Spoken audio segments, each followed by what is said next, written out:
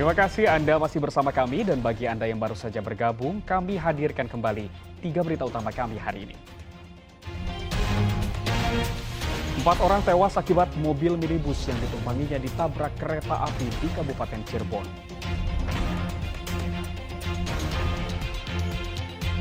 Ribuan tenaga kesehatan honorer se-Jawa Barat kembali berunjuk rasa agar tidak dipecat oleh pemerintah tahun depan.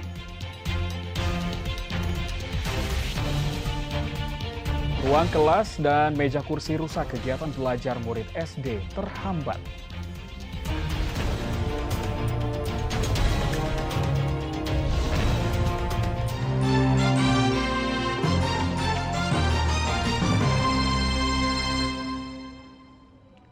Ribuan tenaga honorer, tenaga kesehatan se-Jawa Barat kembali berunjuk rasa memperjuangkan nasib mereka agar tidak dipecat tahun depan oleh pemerintah.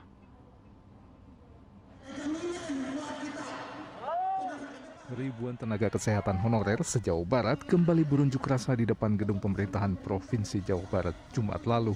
Mereka menuntut agar Pemprov Jabar bisa mengangkat mereka menjadi ASN atau pegawai pemerintah dengan perjanjian kerja alias P3K. Masa aksi juga menuntut kepada pemerintah Provinsi Jawa Barat untuk menerapkan peraturan pemerintah nomor 49 tahun 2018 mengenai peluang kalangan profesional untuk menjadi pegawai sipil negara. Bapak Gubernur untuk mengakomodir semua non-nakes dan nakes untuk menjadi ASN P3K dan untuk meminta kepada Pak Gubernur untuk kelayakan upah UMR untuk nakes dan non-nakes dan di Pasyankes dan untuk tidak dibukanya jalur P3K untuk umum hanya untuk honorer yang sudah mengabdi puluhan tahun.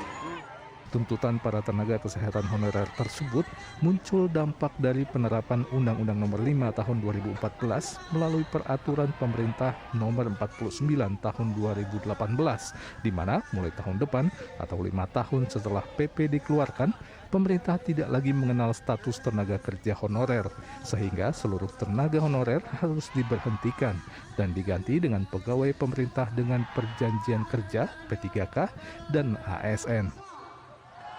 Muhammad Rizal melaporkan dari Kota Bandung. Saluran air tersumbat tanah buangan proyek tol Cisumdawu. 3 hektar sawah warga desa Sukasirna Rasa, Sumedang terendam. 4 bulan terakhir, areal sawah warga seluas 3 hektar di Blok Cipicung, Desa Sukasirna Rasa, Kecamatan Rancakalong, Sumedang terendam air. Air yang merendam sawah warga terjadi akibat urukan tanah buangan dari proyek tol Cileunyi Sumedang Dawuan atau Cisumdawu yang merusak gorong-gorong saluran yang menyalurkan aliran Sungai Cibawang. Kondisi ini sudah terulang beberapa kali sejak tahun 2020 lalu. Sawah warga yang terendam pun terancam gagal panen. Penyebabnya itu dampak tol. Jadi pengurugan, gorong-gorongnya itu medet, tidak masuk air lah. Terus ternyata dampaknya masyarakat rusak itulah. Sawah ya Pak ya? Iya, sawah-sawah itu tegak-tegak. Terus kondisi airnya sekarang gimana? Makin tinggi atau gimana? Iya, makin tinggi airnya. Dirugikan itu masyarakat. Makanya dari mana kalau tidak hasil panen gitu. Hal tersebut diakui BPBD Kabupaten Sumedang. Pihaknya telah kembali menyurati Satuan Kerja Proyek Tol Cisumdawu agar segera memperbaiki gorong-gorong yang pecah. Ini akibat menumpuknya disposa, kemudian saluran airnya tidak jalan karena ada pecah gorong-gorongnya, dan akibatnya tanah masyarakat khususnya sawah menjadi tergenang. Kami sudah mengirimkan surat kepada Balai Besar Jalan Nasional untuk segera melakukan langkah-langkah supaya ini tidak berdampak lebih lanjut. Selain merusak hektaran sawah, luapan air yang terus meninggi setiap harinya juga mengancam 40 unit rumah penduduk yang hanya berjarak sekitar 25 meter di atas genangan air. Adi Gunawan melaporkan dari Sumedang. Retakan tanah di Desa Nasol Ciamis semakin melebar. Warga khawatir rumah mereka ambruk. Bencana pergerakan tanah yang terjadi di Desa Nasol, Kecamatan Cikoneng, Ciamis masih terus terjadi. Warga khawatir karena retakan pada dinding, lantai, dan tanah di lingkungan rumah mereka semakin melebar. Suara retakan di malam hari membuat warga khawatir rumahnya ambruk. Paling ada bunyi keretak-keretak gitu, tembok gitu pecah. Ya. Setelah dilihat ternyata Dinding ini retak. Sama ubin pecah. Ubin bisa gitu. Khawatir nggak teh? Khawatir. Hasil penelitian BPBD Ciamis, retakan tanah di Nasol adalah akibat rembesan air di saluran drainase yang retak sepanjang 200 meter. Jika retakan dibiarkan dan air terus merembes, tanah akan terus bergerak dan rawan terjadi longsor. Jadi karena getaran yang intens, itu menyebabkan drainase tidak kuat menahan beban sehingga retak. Nah, retakan tersebut yang memanjang lebih dari 200 meter, terkena air hujan yang kadang-kadang sekarang kan kondisinya kemarau basah, itu airnya meresap ke dalam dan menggeser pemukiman yang di sebelahnya. Di sebelah kanannya pemukiman, sebelah kirinya jurang.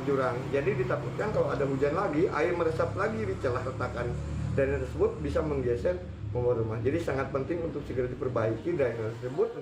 Hingga saat ini belum ada warga yang mengungsi. Dari catatan Ketua RT setempat, sudah ada 25 rumah warga yang mengalami retak akibat pergerakan tanah. Eko Setiabudi melaporkan dari Ciamis. Potret prasarana belajar dengan kondisi memprihatinkan terutama di sekolah negeri masih saja terjadi.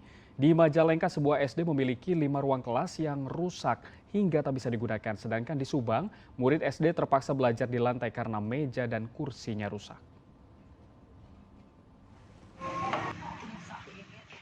Kusen jendela dan pintu lepas, dinding kelas keropos, membuat 4 ruangan kelas dan ruang guru di SD Negeri Karangsambung 6 Desa Karangsambung, Majalengka tidak bisa lagi digunakan.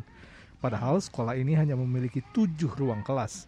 Akibatnya, murid yang ada harus belajar bergiliran di sisa kelas yang ada, dan ruang guru serta kepala sekolah dipindahkan ke musola.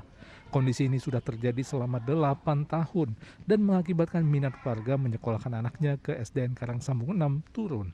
Ada 5 Pak, yang ruang kelas ada 5, ruang kelas 4, mungkin ruang guru 1, karena kan ruang guru dipindah di musola Pak. Musola. Iya, terus yang tadinya mau buat ruang guru di sana jadi dipakai ruang kelas. Jadi semuanya ada 5 lokal yang rusak, ya, termasuk sama dengan itu Pak, jamban. Nasib tak jauh berbeda juga dialami siswa SD Negeri Banjarsari, Desa Cirangkong, Kecamatan Cijambe, Kabupaten Subang. Meja kursi sudah lama rusak. Mereka terpaksa belajar di lantai. Ini udah berapa lama belajar duduk gini? Udah paling lebih dari 1 tahun. Oh gitu. Pegal gak sih kalau belajar gini? Pegal. Keputusan para siswa belajar di lantai diambil pihak sekolah karena jumlah meja kursi yang masih ada sangat sedikit. Sekolah telah meminta pengadaan meja kursi kepada Dinas Pendidikan Kabupaten Subang sejak tahun 2018 lalu, tapi belum juga dikabulkan. Kita sudah mengajukan ke Dinas Pendidikan Kabupaten, ya akan tetapi belum ada realisasinya begitu.